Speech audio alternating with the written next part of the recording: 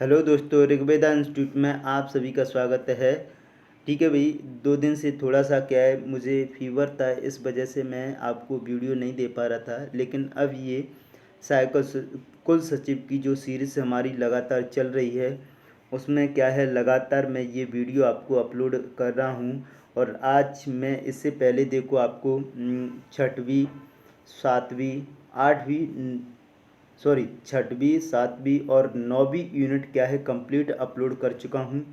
ये मेरी प्लेलिस्ट में जाकर के आप देख सकती हैं। ठीक है, साई कुल सचिव पार्ट बी के नाम से प्ले लिस्ट है। ठीक है, उसमें जाकर के ये यूनिट्स देख सकती हैं। 6 यूनिट्स के टॉपिक नहीं जुड़े हुए हैं, उनको भी मैं प्लेलिस्ट में ऐड कर दूंगा, तो आप देख सकते हैं। ठीक है भाई, और थोड़ा सा एक मुझसे गलती रही, उसके लिए मैं क्षमा मांगता हूँ आप लोगों से। जैसा कि आपको मैंने 6 यूनिट पढ़ाई थी, उसमें मेरे द्वारा जो स्ववित्त पोषण था, ठीक है, उसमें मेरे द्वारा सामान्य पोषण को कंप्लीट करा दिया गया था। ठीक है भाई, तो सामान्य पोषण की जगह पर जल्द ही मैं उसको रिप्लेस करके आपको जो स्ववित्त पोषण है उसकी वीडियो मैं अवेलेबल करा दूंगा। ठीक है भाई, तो चलिए वीडियो को स्टार्ट करने से पहले प्लीज़ चैनल को सब्सक्राइब, लाइक एंड शेयर जरूर कर दें। Please please subscribe my channel. तो चलिए स्टार्ट कर लेते हैं।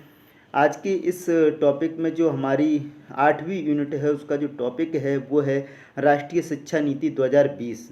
ठीक है, कौन सी राष्ट्रीय शिक्षा नीति 2020। ठीक है, उसमें सब टॉपिक्स आपके दृष्टि एवं संकल्पना, औपचारिक शिक्षा, व्यावसायिक शिक्षा, राजनीतिक सॉरी तकनीकी शिक्षा, चिकित्सा शिक्षा, ठीक है, दूरस्थ शिक्षा, ये सारे टॉपिक्स दे दे रखे हैं। लेकिन जो यूनिट 8 है उसकी जो मेन हेडिंग है वो आपकी इसी से स्टार्ट है, राष्ट्रीय शिक्षा नीति 2020 से। ठीक है, तो मैं इसको आपको क्वेश्चन आंसर फॉर्मेट में लेके आया हूँ और बहुत महत्वपूर्ण क्वेश्चन है।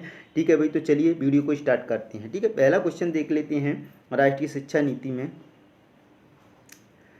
नई शिक्षा नीति क्या है, तो देख लेते हैं। नई शिक्षा नीति 1986 की शिक्षा नीति पर लागू की गई है। यानी कि तो 2020 की शिक्षा नीति है, 2020 की, वो किस शिक्षा नीति के स्थान पर लागू की गई है, तो 1986 की शिक्षा नीति के स्थान पर लागू की गई है। ठीक है, आगे देख लेते हैं। नई शिक्षा नीति 2020 के अंदर 3 साल से 18 साल तक के बच्चों को शिक्षा का अधिकार कानून 2009 के अंदर रखा गया है। यानी शिक्षा का अधिकार कानून 2009 के अंदर रखा गया है। नई शिक्षा नीति का उद्देश्य सभी छात्रों को उच्च शिक्षा क्या है, प्रदान करना है। अब मैं आपसे एक ये क्वेश्चन पूछना चाह रहा हूँ। ठीक है, कुछ वक्त भी देता हूँ। शिक्षा का जो अधिकार कानून है 2009, वो कब लागू हुआ था? ठीक है, कब लागू हुआ था? तो इसका जल्दी ही आंसर क्या हो जाएगा, इसका आंसर है क्या, 1 अप्रैल 2010 को। कब? 1 अप्रैल 2010 को इसको लागू किया गया था। लेकिन अधिनियम कब आया है, 2009 में, और लागू कब हुआ, 1 अप्रैल 2010 को लागू हुआ था। अगला क्वेश्चन है इसमें, मानव संसाधन विकास मंत्रालय यानी कि MHRD, ठीक है, का नया नाम क्या रखा गया है? ठीक है, तो केंद्रीय मंत्रिमंडल ने मानव संसाधन विकास मंत्रालय का नाम बदलकर क्या कर दिया है, शिक्षा मंत्रालय करने का निर्णय लिया है। ठीक है, तो मानव संसाधन विकास मंत्रालय का नाम बदलकर नई शिक्षा नीति के अंतर्गत क्या कर दिया है, शिक्षा मंत्रालय कर दिया गया है। ठीक है, अगला क्वेश्चन है, नई शिक्षा नीति में कितने साल बाद बदलाव हुआ है, तो इसका आंसर हो जाएगा 34 साल बाद नई शिक्षा नीति में क्या हुआ है, बदलाव हुआ है। भारत के शिक्षा मंत्री कौन है वर्तमान में? वर्तमान का मीन्स अब वर्तमान की मैं बात नहीं कर रहा हूँ। कहने का मतलब ये है कि जब इस शिक्षा नीति को लागू किया गया था 2020 में, तब शिक्षा मंत्री कौन थे, तो इसका आंसर हो जाएगा भारत के शिक्षा मंत्री वर्तमान मीन्स उस समय कौन थे, तो 2020 में कौन थे, श्री रमेश पोखरियाल निशंक इसके कौन थे, भारत के शिक्षा मंत्री थे उस समय। लेकिन अभी वर्तमान में बात की जाए तो अभी श्री धर्मेंद्र प्रधान वर्तमान में भारत के कौन है, शिक्षा मंत्री।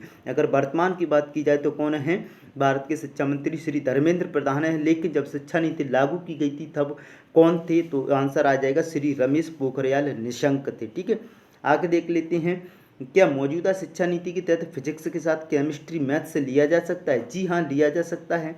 नई शिक्षा नीति के तहत स्कूली शिक्षा में नया फॉर्मेट क्या है, तो देख लेते हैं। 10+ फॉर्मेट को खत्म कर इसे क्या कर दिया है, 5+3+3+4 फॉर्मेट में क्या कर दिया गया है, विभाजित कर दिया गया है। आगे देख लेते हैं, फॉर्मेट 5-3-3+4 का क्या मतलब है? ठीक है, तो आंसर क्या हो जाएगा, 5-3-3-4 पाठ्यक्रम संरचना के साथ आयु वर्ग 3 से 8 तक कौन सा रहेगा, 5 ईयर का प्लान रहेगा।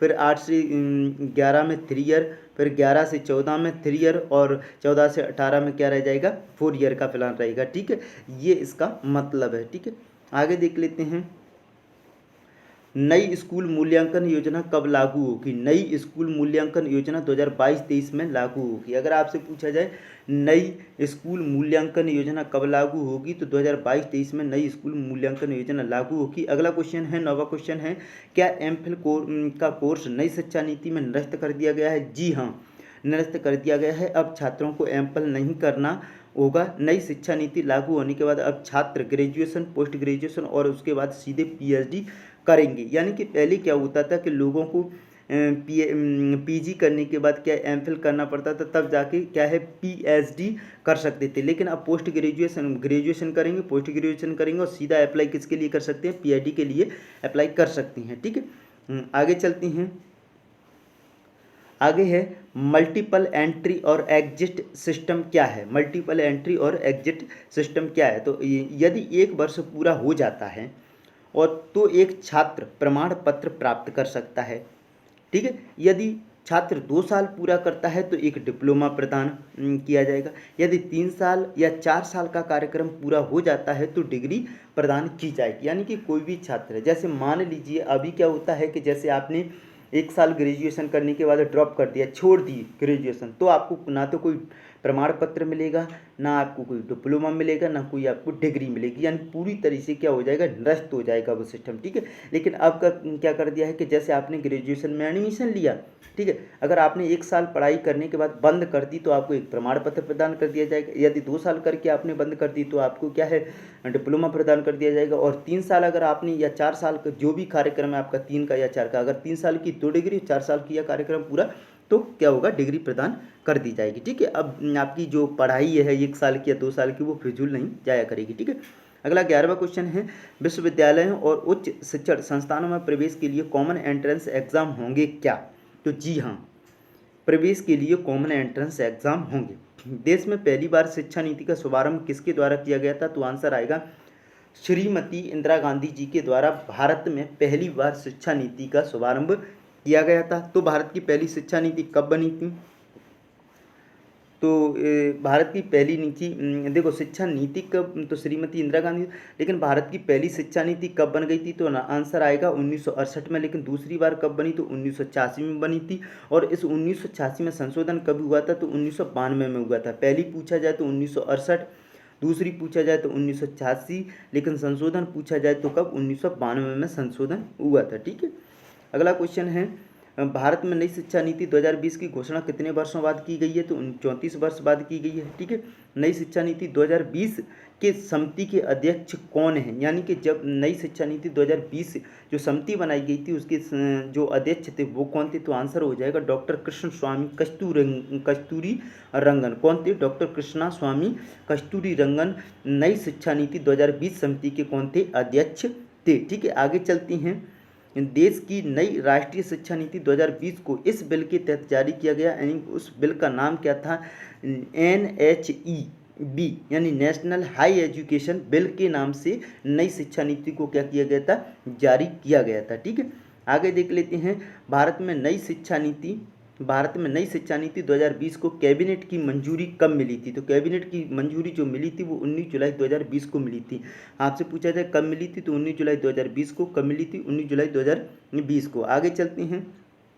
भारत में नई राष्ट्रीय शिक्षा नीति 2020 को किस शिक्षा नीति की जगह पर लागू किया गया है, तो आंसर हो जाएगा किस शिक्षा नीति की जगह पर लागू किया गया है, 1986 की शिक्षा नीति पर लागू किया गया है। किस शिक्षा नीति पर लागू किया गया है, 1986 की शिक्षा नीति पर लागू किया गया है। ठीक है, आगे चलते हैं। तो आगे शायद मुझे लग रहा है ये पेज जो हमने ऊपर पढ़ लिया है ये रिपीटेशन हो गया है। ठीक है, इसको छोड़ दीजिए, एक बार रिवीजन हो जाएगा। चलो देख लेते हैं।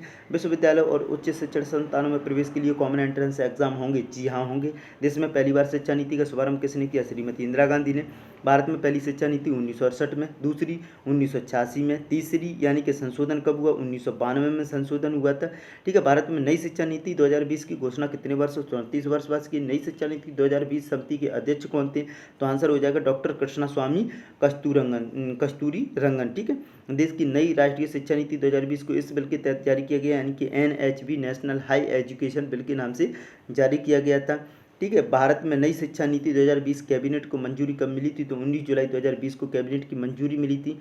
ठीक है, आगे चलती हैं। तो किस नीति की जगह पर लागू हुई? तो 1986 की जगह पर नई शिक्षा नीति को लागू किया गया है।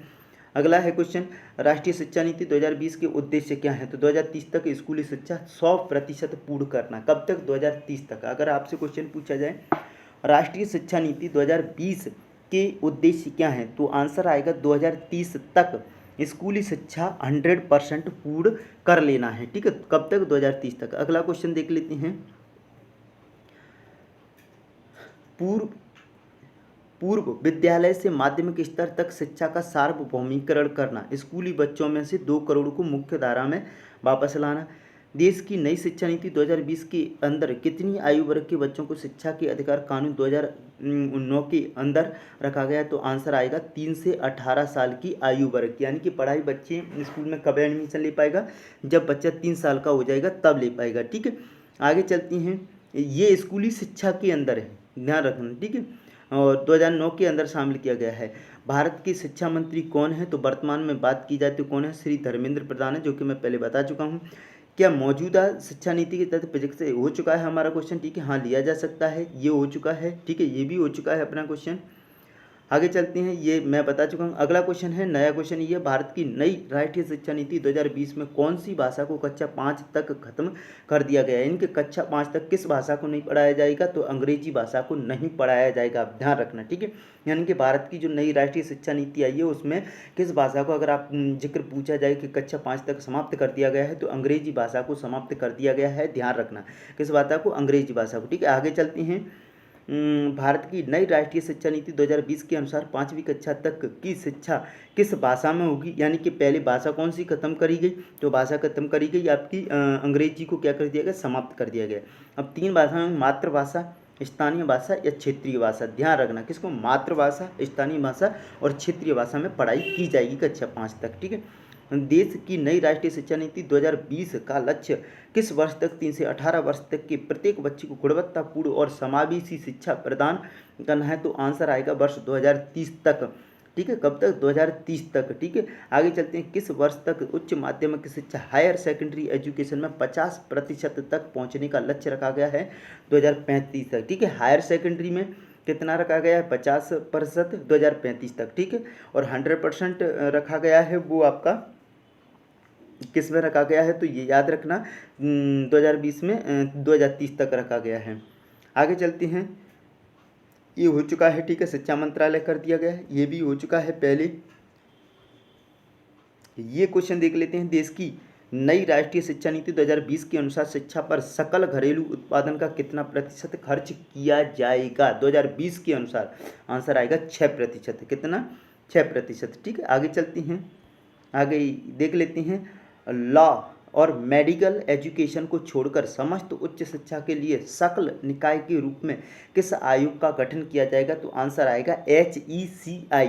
HECI। ठीक है, अब आपसे मेरा एक ही क्वेश्चन है कि आपको कमेंट बॉक्स में इसकी फुल फॉर्म और ये क्या है, क्या कार्य करता है, ये आपको क्या है कमेंट बॉक्स में एक एक लाइन लिखकर भेजना है। ठीक है, आगे चलते हैं और ये हमारा समाप्त हो जाता है। ठीक है, तो ये राष्ट्रीय शिक्षा नीति से जुड़े हुए बहुत ज़्यादा महत्वपूर्ण फैक्ट थे। ठीक है, ये आपको रट लेना है। और ये जो हमारी यूनिट 8 है उसका पहला जो हेडिंग्स है, हेडिंग्स से संबंधित क्वेश्चन है और ये पूछे भी जा सकते हैं। ठीक है भाई, तो वीडियो देखने के लिए धन्यवाद। जय हिंद, जय भारत।